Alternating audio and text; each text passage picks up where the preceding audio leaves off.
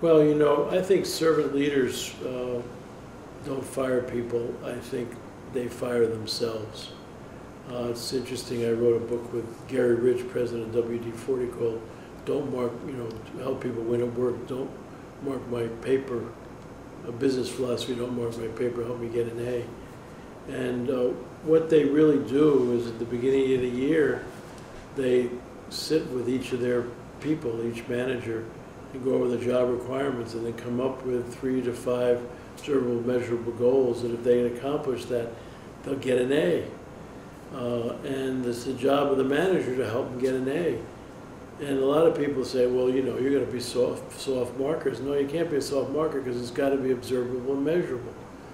But a lot of organizations, they rate people on stupid stuff that nobody knows what it is, like initiative, willingness to take responsibility. I love it.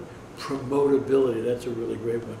Nobody knows what that is, so what do? They suck up the hierarchy because they know their boss has to normal distribution curve and all.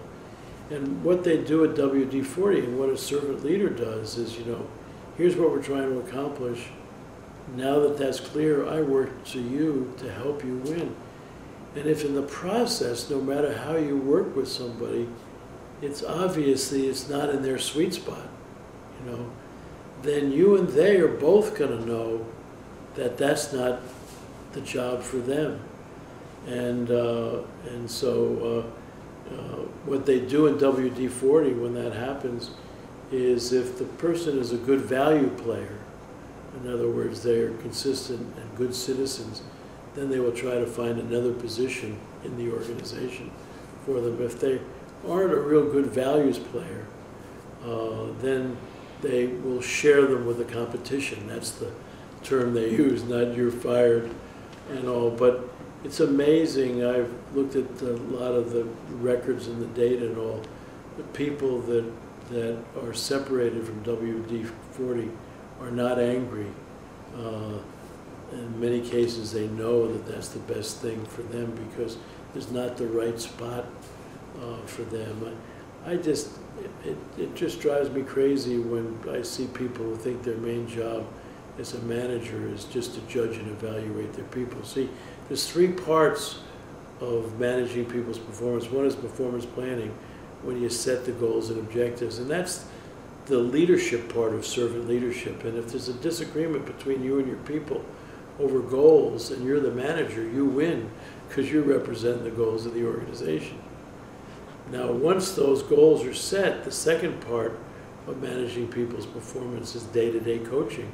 And now you turn the pyramid upside down, and you're there to praise progress, redirect, work with them. And then the last part of managing people's performance is performance evaluation. And if you've really done a great job of goal setting, and now you've done a great job of day-to-day coaching, when you get to evaluation, then there's no new news. Both, you know, leader and follower know where they stand in there and all. But what happens in most organizations, when you ask them, where is more time spent in planning, you know, goal setting, day-to-day coaching, or performance evaluation and review, people say evaluation and review. Why? I mean, some companies do a good job of goal setting, but after the goals are set, they file them. You know, and they don't go get them until the end of the year, when somebody's got your annual performance review, and everybody's running around bumping into each other, trying to find the goals. To me, the most important part of managing people's performance is the servant part of servant leadership, which is, now that you're clear on what's being asked of you and what good performance looks like, which we call 1-minute goal setting, now my job is there to praise progress, redirect, you know, once in a while reprimand if you aren't doing what you already know you ought to do, but I'm there to help you win. And if we both work closely together as partners, we're both going to know if we've given it a good shot and whether this should be a job for you or not.